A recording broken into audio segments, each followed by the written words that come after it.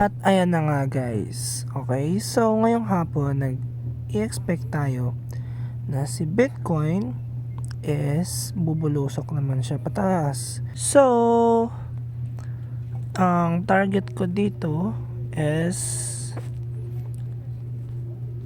kunin natin yung 50% ng move na to for our take profit. Pwede na natin alisin tong line natin na yan. Then, ang gusto kong take profit, yung mataas yung chance na puntahan is ito, from here. Kunin natin yung gap niya dito. Yarn. Okay. So, meron akong isang position. Okay.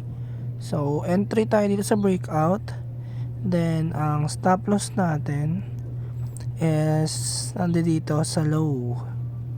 Okay. So, lagyan natin ngayon yan ng alarm kung mas stop loss man tayo.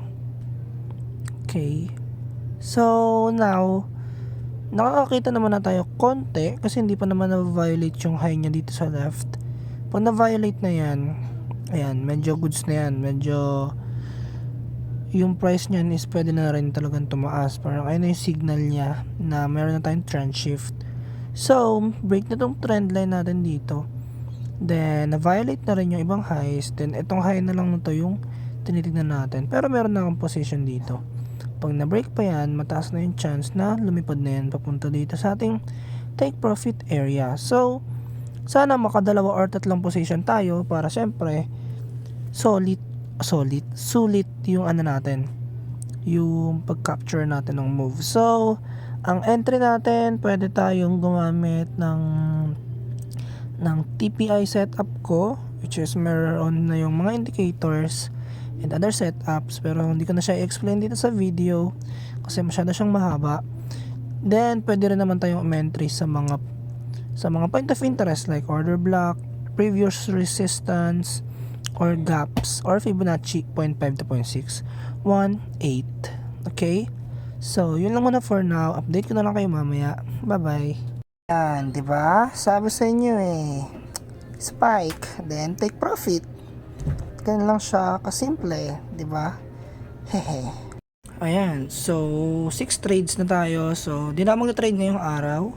Then, ayan. So, sorry pala sa boses ko guys kasi na ano ako ng tulog, tawag dito.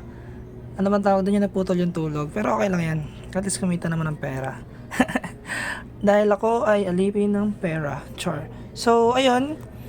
Baka nagtataka kayo paano ko nalalaman lahat ng yan. So, gumawa ako ng group chat para habang nag-day trade ako, nasasabayan nyo rin kung ano ba yung mga pinagagawa ko. So, meron akong group chat na ginawa, which is, ang tawag doon is September forecast. So, PM lang kayo sa akin if gusto nyo sumali. So, sinasabi ko doon kung anong mangyayari buong araw. Kunwari babagsak, mag-i-spike, alam nyo na yan. So, yun lang.